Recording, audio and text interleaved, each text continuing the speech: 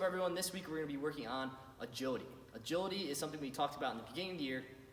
It's our body's ability to change directions as quickly as possible while maintaining control of your body. All of these drills we're going to do today are going to help us build our agility and help us become better movers. So we're going to go through 3 different drills. Okay, they're going to be 30-second challenges, and you're going to do each one 3 times. So you'll go through activity 1, activity 2, activity 3, right? That'll be 1 set, and we're going to do that 3 times. So now I'm going to go through each of the activities and just explain how they're going to work, and I'll demonstrate what they'll look like for that whole 30 seconds. So our first drill we're going to do is just a basic line jump drill. So I'm going to find a line, right? I'm using a line in the gym. At home you can use a pencil, a plastic bag, a t-shirt, something you can jump back and forth over. All right? When I'm jumping, 2 feet are taking off, 2 feet are landing, and I'm moving back to that starting spot as fast as I can. And I want to just keep on moving back and forth as fast as I can. I'm taking small, choppy jumps, right? I don't want to take big, slow jumps, okay? I want to be taking fast, small jumps, but I still want to make sure I go over that line. So our first challenge is just going to see how many times you can jump over that line in 30 seconds.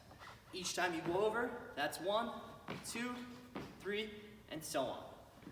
So I'm going to go for 30 seconds. All right, let me just wait for the clock to count down. And go, 30 seconds.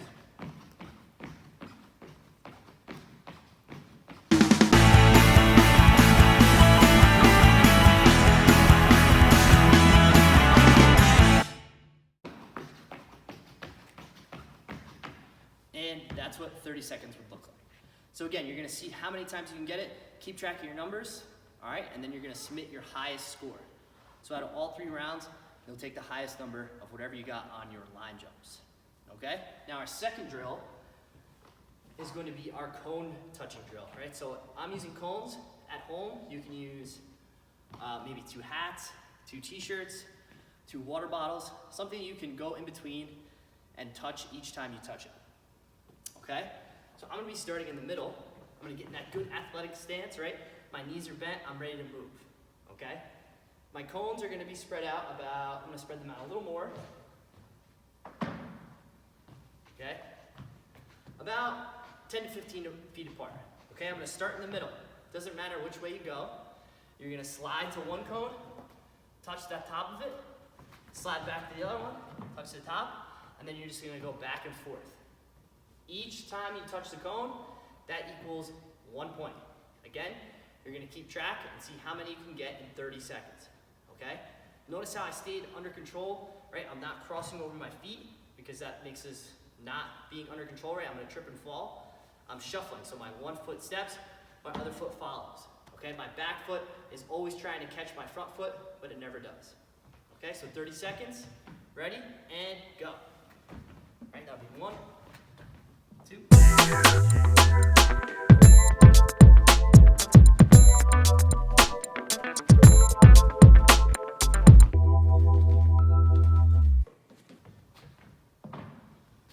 And time. All right, so that would be 30 seconds. Okay, again, you can take breaks in between each of these, all right, but try not to make it too long of a break. Okay, you'll notice that it's harder than you think. Okay, each time, right, I stayed in that good athletic position, I touched, and I stayed in my athletic position as I went to the next one, right? I didn't stand up every time and get out of that athletic position, okay? So that's our second challenge. Again, you're going for 30 seconds, okay? Our next agility activity is going to be the dot drill. So dot drill is an awesome activity to help you get better at your agility. You're going to be moving quickly from one spot to another. So what you're going to need for this is some things to mark the floor. So for example, like a paper plate, you could put down like a t-shirt, or you could use some sort of masking tape or some sort of floor tape, okay? Do this in a spot where your parents are okay with it, right? Don't put it on, the good wood floor, the good tile floor. If you can go outside and you have chalk, you can make a board with chalk. That works too. So I'll put a picture of I'll put a diagram up of how I want the dot board to look, and I'll also label the board so you can know the pattern that you're supposed to go, okay? So I have 5 pieces of tape, right? I have one labeled A, 2 feet away, I have one labeled B. In the middle, I have C.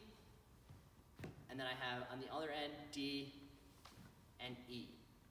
So how I'm going to be moving is just like this. I'm going to jump from A to B, C, D, E, right? E's the last one. Then I'm going to use that middle one to get back. So then I'm going to jump to middle, and then I'm going to start back to A. All right? If you mess up the pattern, no big deal. Just keep moving for that 30 seconds. Each piece of tape you touch is going to be 1 point. So again, you're going to keep track, see how many you can get in 30 seconds. All right? So it's going to look just like this. I'll do it for 30 seconds. And go.